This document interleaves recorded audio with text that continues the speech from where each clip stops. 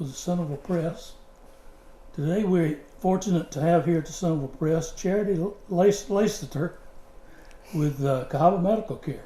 Charity is the program director or director of behavioral health at Cahaba Medical Care. She's been there since 2018 right here in our Centreville Bibb County community, and today we're going to talk to her about the array of services that are available through Cahaba Medical Care in the mental health and behavioral health, what do you call it, array of services, or we'll use your words and not mine, Charity. So welcome to the Centreville Press, and this is a long time coming. Welcome to Bibb County, because I know you told me you're from Shelby County and have been coming here for 5 years. I haven't ever met you, and I bet a lot of people haven't. So I want people in Bibb County to know who you are. If they haven't been a patient of yours already, I hope that they get to know you, and after today, people that haven't seen you before will know a little bit more about you. So welcome to Centreville, and even 5 years later, and welcome to the Centreville Press, and we appreciate you taking your time to come up here and talk to us about Cahaba Medical Care. Thank you for having me. So tell us, let's start with just a kind of a brief description of what your department does. I know it's part of Cahaba Medical Care, but what is the behavioral health section, division?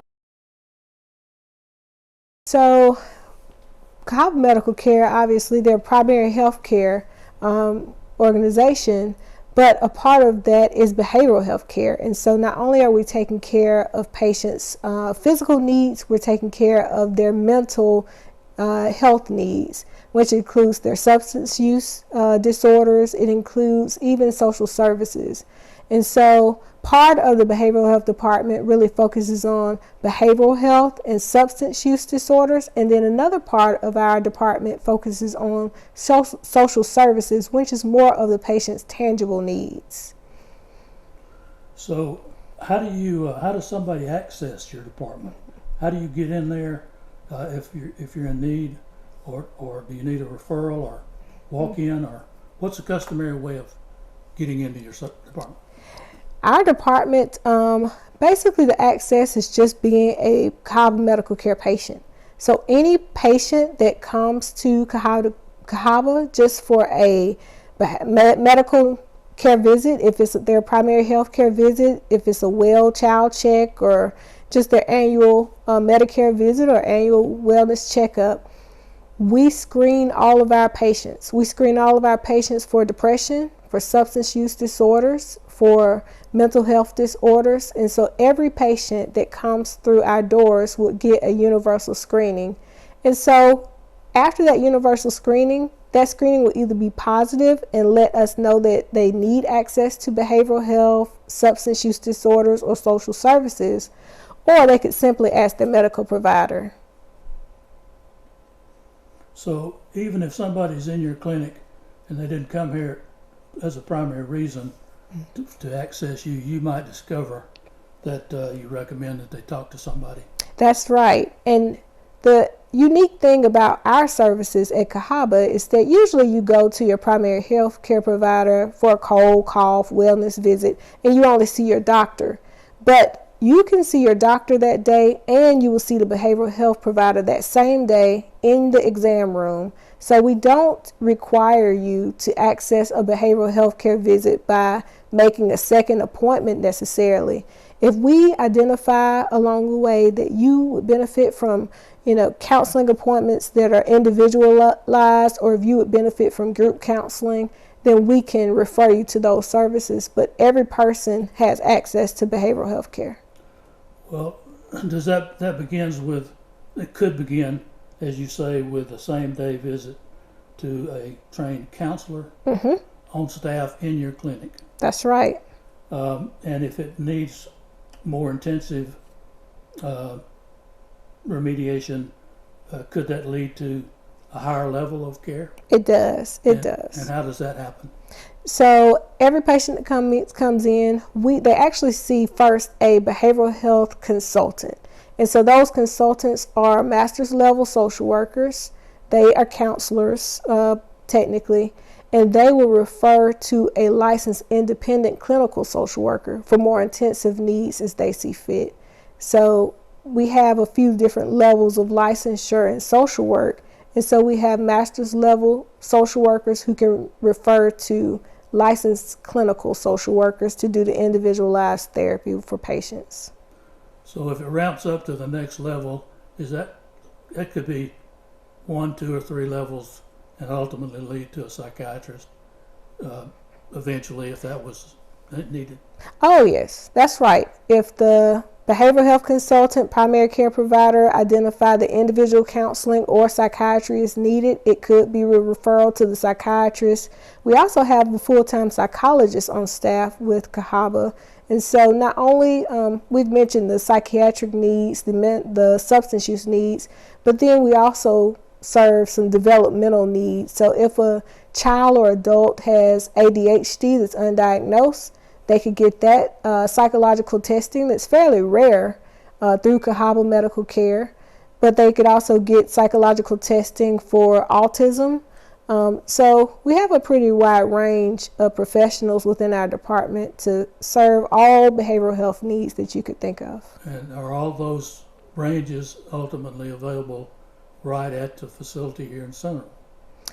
In Centreville, we have all those ranges other than our psychologist. We have one psychologist that serves all of our network. They could get a referral to that psychologist, and if transportation is needed, we would assist with transportation to our psychological visit, which is in Jefferson County. Okay. Mm-hmm. So as we're talking here, we're talking primarily to begin with about the Cahaba Medical Care's Bibb County or Centreville location. Obviously, I know, but everybody may not know that Cahaba Medical Care has a wide range of physical locations, which includes Perry County and Marion. Yes. I think it includes other locations in Perry County, not just Marion, but also Camden. Oh yes, we serve Camden. And Jefferson County. Over at Maplesville. Yes, Maplesville.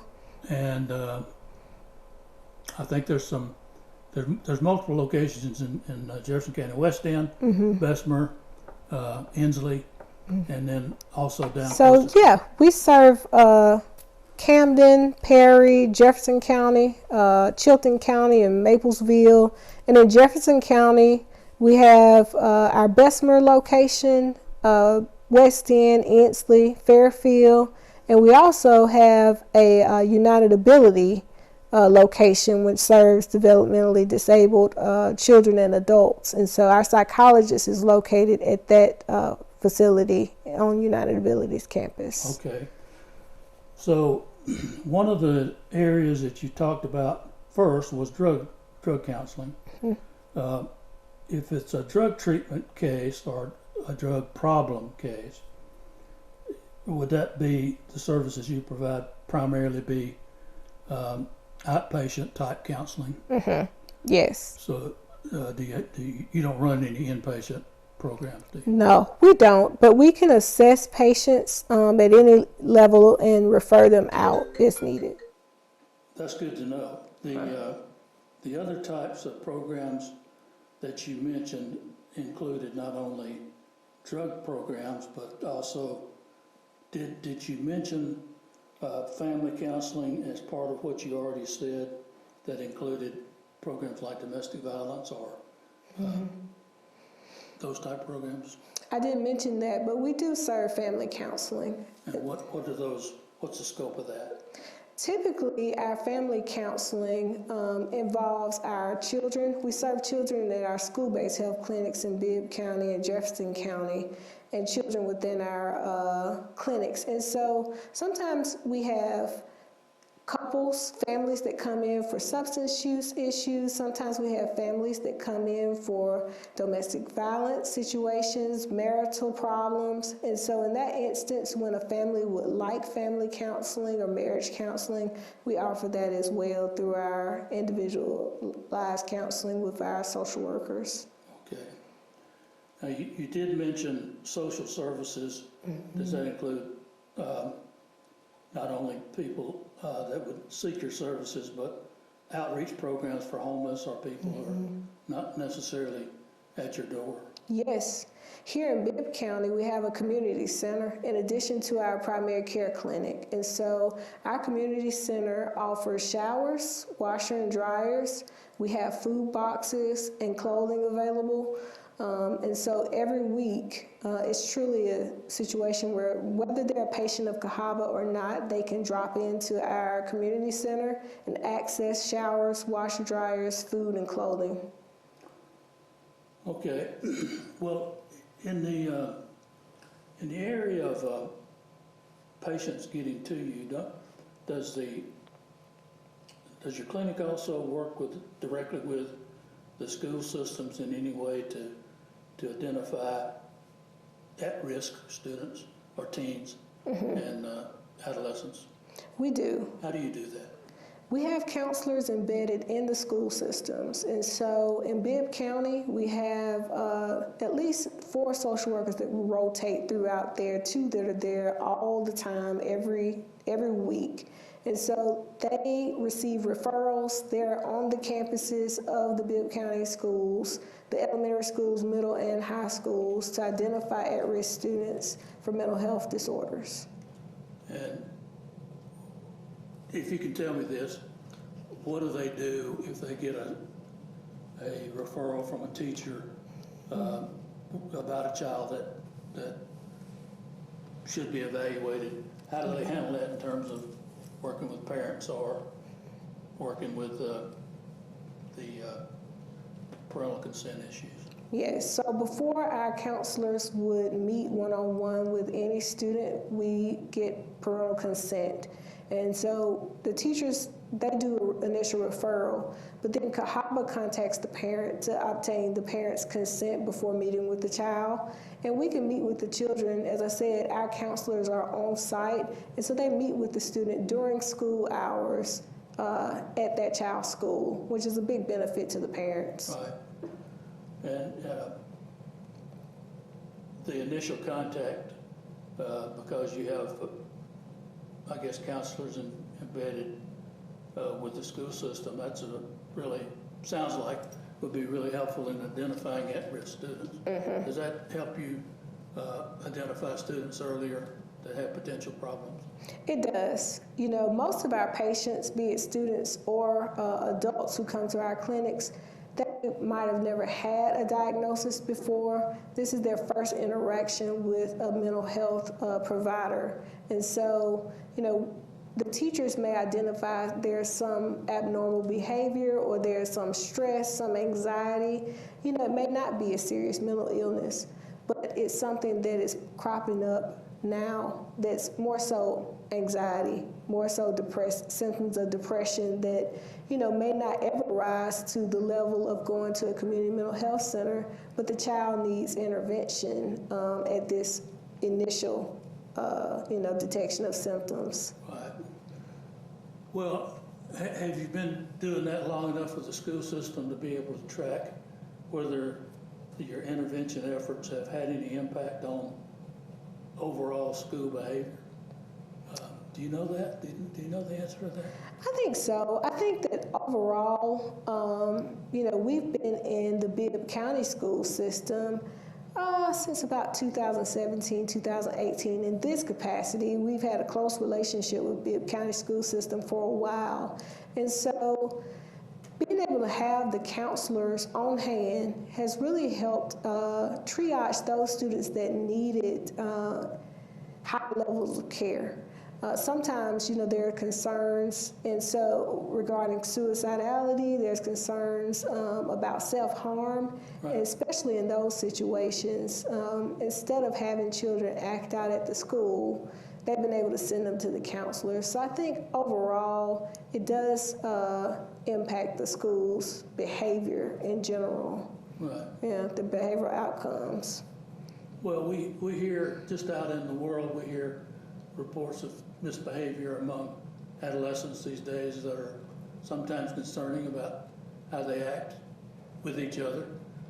Seems that bullying of other students seems to be a problem. Do you see a lot of that in your practice without being specific. Can you talk about that a little bit? We have seen some bullying issues, and that's been something that we've worked with the school about targeting in the next year, is bullying within the school system. I would say that I don't know that it's been as pervasive here in Bibb County, but there have been a few incidences. Mm-hmm. Well, if you're tuned into it or addressing those kinds of areas, I think from my perspective, that's good to know that that's on your radar. Mm-hmm. So the services that you provide, are they covered by insurance in many cases, or are they also covered by Medicare, Medicaid, where appropriate? Mm-hmm. In the school system, our services are covered by insurance. But at Cahaba Medical Care, we're a fairly qualified health center, and so we serve all patients despite their income or insurance. We serve plenty of patients that have insurance. We serve plenty of patients with Medicare, Medicaid, and then we serve uninsured patients as well through a sliding fee program. And so one of the things our social service team does is if a patient is uninsured, they will put them on a sliding fee. That ask you about is the court system. Do you work with the court system or get any referrals from the court system? I know the court system has a mental health program. Are you working with the court system in any way? We are. Okay. Judge Cargill with the Wellness Court, he refers patients directly to Cahaba for substance use disorder assessments. As part of his court's agenda of wellness for their families and reunification of their families, he's referred several parents in his program for substance use disorder counseling and interventions to Cahaba. Okay, so that's a structured program. When you get a court referral, I'm making an assumption that you're probably going to be following up on that and making sure that the program guidelines are adhered to. Exactly. We go to the courthouse and we can do the assessments at the courthouse on that day that the judge orders it. And then we can admit them to Cahaba to begin their outpatient treatment as individual counseling, group counseling with Cahaba Medical Care. And so we work in partnership with the Wellness Court and with the Department of Human Resources to do those services. Okay. Well, you used the word admit, and I want to ask you about that because does Cahaba have any type of inpatient services? No, admission to the outpatient program. Okay. Yeah, we use that same Just term. want to clarify, I didn't think you did. That's good. So everything you do is on an outpatient basis. It is. Which is what I thought. So is there anything that you're doing that we haven't talked about? With the substance use program, in addition to just doing individual and group counseling and the assessments, one thing that Cahaba does that is rare really to find in just your primary care provider is that we also serve patients who have an opioid use disorder. So, there's been an opioid epidemic nationwide, and we serve them by offering Suboxone, so medication-assisted treatment. And we offer that, on our sliding fee, which is a little higher for that particular, service, but it's much cheaper than it would be, and you get a holistic care of your primary care provider who sees you for your hypertension or your diabetes can also serve you your opioid use disorder without judgment. And so that medical provider works directly with the counselors to provide the medication while we provide the treatment, the counseling treatment services that the patient would need. Well, that's good to know. Now, is opioid replacement, I don't know the right word, but the drug therapy you're talking about, are there other replacement programs other than opioids also in place? So when you talk about opioid replacement therapy, Cahaba only does Suboxone. Okay. Now, some people have heard of methadone. We don't do that service. Okay. And some people have heard of Suboxone, where you're lining up at the door and kind of going in the mornings to get your medication. But we don't do our service in that way. We serve people that come for their entire medical care, and they get a prescription for that medicine that they would take home with them, and that we would be monitoring on a close basis. Right. Yeah. So I'm familiar with what I think is called a pain management clinic, which is what I think you're describing, where you have to go see the doctor to get your pills every 30 days. Yeah, we do pain management as well. So we do opioid treatment for the substance use, and then we do pain management as well. So some of our patients are coming and they've been taking medications inappropriately. They just had a substance use disorder. But then some of our patients are coming because they have a pain issue. And so we focus on what their unique issue is.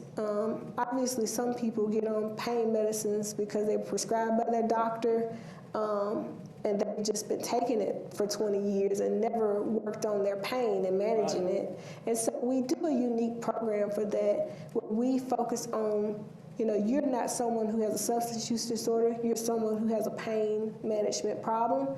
And we work on exercise.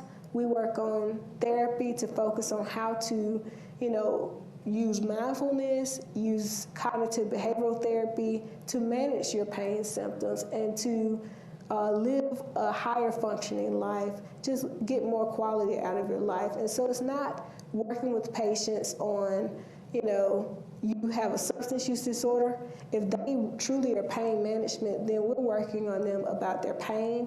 They may get Suboxone or some opioid replacement like you mentioned, but then we also want to make sure that they're able to move in a way that it's not as painful, that they're able to have better functionality over their lifetime. Right. Well, this is where I start talking in terms of opinions instead of asking questions. But going back to the subject of adolescents and drug rehabilitation or drug treatment or drug therapy, I think one of the problems that I've seen in dealing with adolescents who the police often think are using drugs inappropriately, and they probably are, they want to refer them into inpatient rehabilitation programs where they don't belong and where they will get nothing out of, because they think that's the one cure for everything, and it's not. What I've been getting at is, how do you, in the role that you're playing, keep that from happening by identifying what the adolescent's problem really is that's causing him to use those drugs recreationally. It looks like a drug problem, but it really isn't. Right. It's a life issue, or it's a time issue, or it's a failure to parent issue. It's the things that lead children down the road of making the wrong choices in most cases. So, can you just talk about that subject a little bit? Yeah, I think that's where the school-based health and our counseling services at the outpatient center comes into play, is because we're catching the patients early. You're right.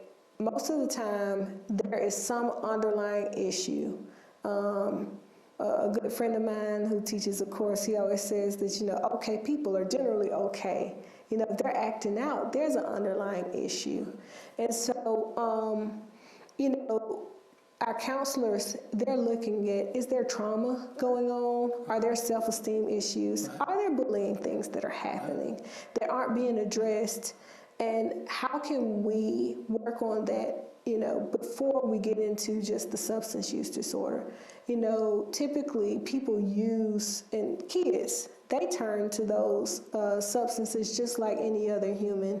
You have kids who've seen people using drugs and okay, this is a way that I can cope. This is a way that I can relieve some of my pain and relieve some of my symptoms, is by drinking alcohol, or now they're doing a lot of vaping. Yeah. They cigarettes. It really starts early with marijuana, and they just kind of trickle quickly. They spiral quickly into other drugs. They get overwhelmed. Yeah. And Yeah. They can't get out. Right. Yeah. But I think that when you have, I've worked in this field for a while, about 14 years, and, I've always worked with adults, but I worked in the criminal justice system for a while, and I realized that, gosh, if we can catch them early the way we're working in the school-based health clinics, and give them a place that they can talk about and process these things that are going on, that they can learn healthy coping skills early on, then it makes all the difference. You can really impact children like we are early on, where they don't wind up in the criminal justice system. They learn, how to, cope. They can get out of this substance use disorder before it even becomes a major issue, before it becomes dependence on substances. If they're just using at this point and they're starting to tiptoe into some type of substance dependence, if you can catch it early, it makes all the difference. Where you're not rehabilitating people, you're rehabilitating people from the beginning. Well, we still have a generation of older people and parents who think that the criminal justice system and the forms of punishment are going to cure the problem, and the criminal justice system is not a cure for anything. It makes everything worse. You get on the tar baby, you can't get off. Yeah. And people are waking up to that, but it's a little late for some people. Yeah. All you do is teach young people the wrong things when you put them into the criminal justice or the juvenile justice system. Juvenile justice system is just as bad. It's not as dangerous, but it's just as bad. Yeah. And the failure to identify the problem, we don't have a system for it that's strong enough to identify and treat the problem. We're focused on the wrong thing, not in your world, but between your world and the juvenile system, there's a huge gap. And the services that need to be provided to bridge that gap with funded programs that address that group of kids that are teetering in the gap. That's why I left. I was able to leave working in that criminal justice system and really, just fall in love with the mission of Cahaba Medical Care, because I see exactly what you see. I see that Cahaba is really meeting that need, for adults and children that is so needed. Most of the people that wind up in the criminal justice system, they have mental health problems. Yeah, they do. They have trauma. They have substance use disorders that just were never addressed. And they have developmental disorders, learning disabilities. A lot of the children are in that borderline functioning where they weren't able to get services they needed, they didn't get the treatment they needed, and they wound up in the criminal justice system. And that's why, infusing mental health care and substance use disorder treatment in someone's primary care, and then infusing it into the school system, and then infusing it into the community center is so key. It's really meeting the gap, because they're serving patients that have no insurance, our patients that have insurance, underinsured, those patients that would never receive that type of care otherwise without having a fairly qualified health center. But it really is a mission of identifying mental health needs before they're even a serious mental health disorder. We really are looking at any mental health issue, which most of our services, most of the services that are out there that address mental health, it's really focused just on serious mental illness. Yeah. And so if you have anxiety, or if you have just mild depression, before it catapults into something disastrous, you don't get any treatment. Well, that's exactly right. Cahaba Medical Care has been amazingly innovative in how they've come up with the programs that they have and worked with the government to accomplish what they've accomplished by this menu of services that they've got under this umbrella of this FHQ or FMHQ. FQHA. Yeah, FQA. I know. We get so many acronyms. Especially when you think about how they've done what you're doing with mental health services in the schools. And with your background in criminal justice, you know exactly what I'm talking about and where that gap is. And I bet Cahaba Medical Care could come up with a program that could go into the schools and bridge that gap to educate adolescents, not children, adolescents about the subject that we're talking about that helps them stay away from the problems that many of them head into when they get to age 14 is where it happens.